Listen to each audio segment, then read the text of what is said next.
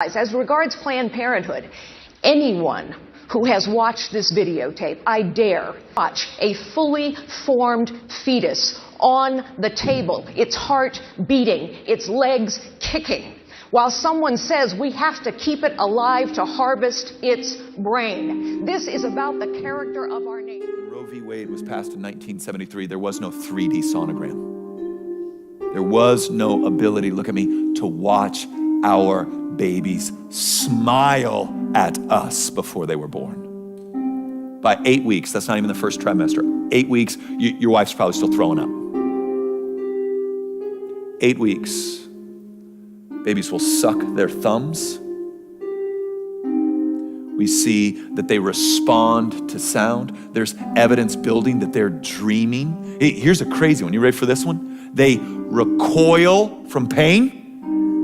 So what really the ability to do sonograms has shown us is that when doctors need to draw blood or take a sample and they stick a needle up there to do that, the baby at 8 weeks will pull its heel up, will pull back in away from the needle. Why? Because at 8 weeks, all major organs are functioning, which means you have a nervous system that's developed and you have a brain that receives signals that hurts.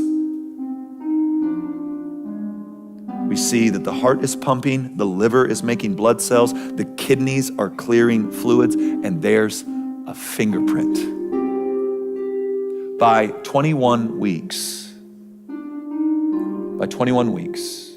a baby with just a little bit of help can live outside the womb. 21 weeks. Now listen to me. Nearly all of the 1 million abortions committed in the Western world last year were performed after this period of time.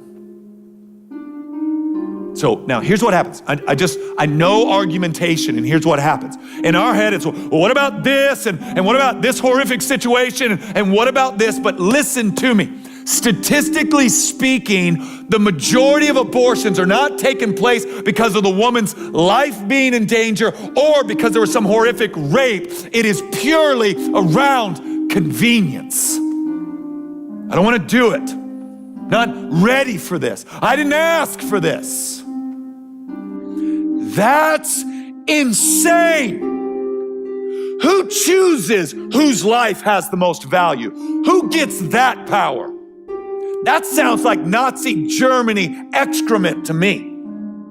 That sounds like 3/5 compromise when African Americans, when it was decided how the United States would vote, compromised 3/4 of a man. Who decides this? Who do we give this power to? Well, it's the woman's body. The baby might be in the woman's body, but the baby is not the woman's body.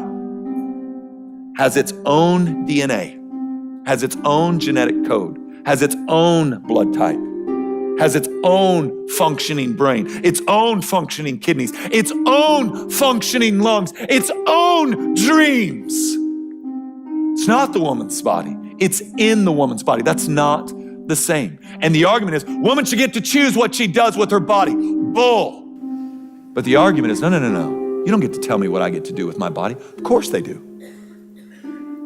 Our elected Democratic Republic gets to tell us all sorts of things that we can and can't do. And right now, what they're telling us we can do is murder babies. Come out. Don't kill your baby. Come out. Wash the blood off your hands.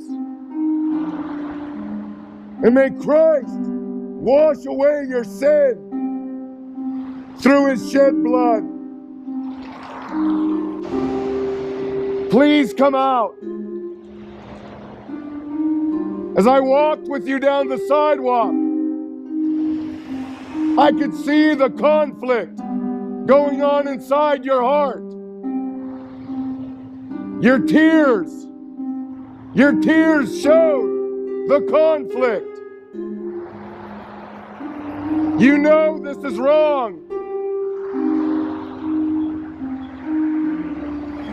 God has blessed you with a child in your womb. We will help you. We will take care of you. We will protect you from the man who brought you here. Because there are real men on this sidewalk. Real men on this sidewalk.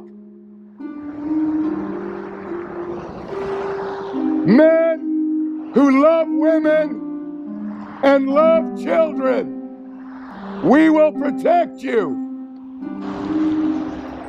You are responsible for what happens inside that office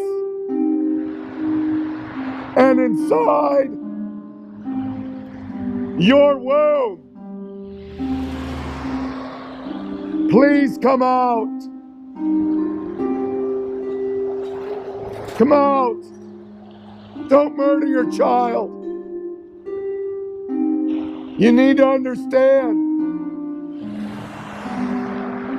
that even the thought of murdering your child is seen as murder in the eyes of God. And His wrath abides upon you for even coming into this place.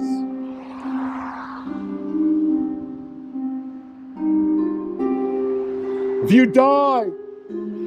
you die with this sin, God will do what is right.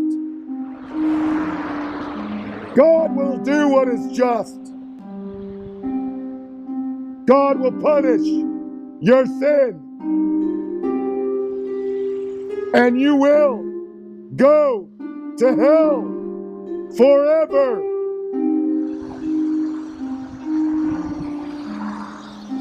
We don't want that for you. We love you as our neighbor. We don't want you to face the wrath of Almighty God. There is forgiveness, but it is only through Jesus Christ.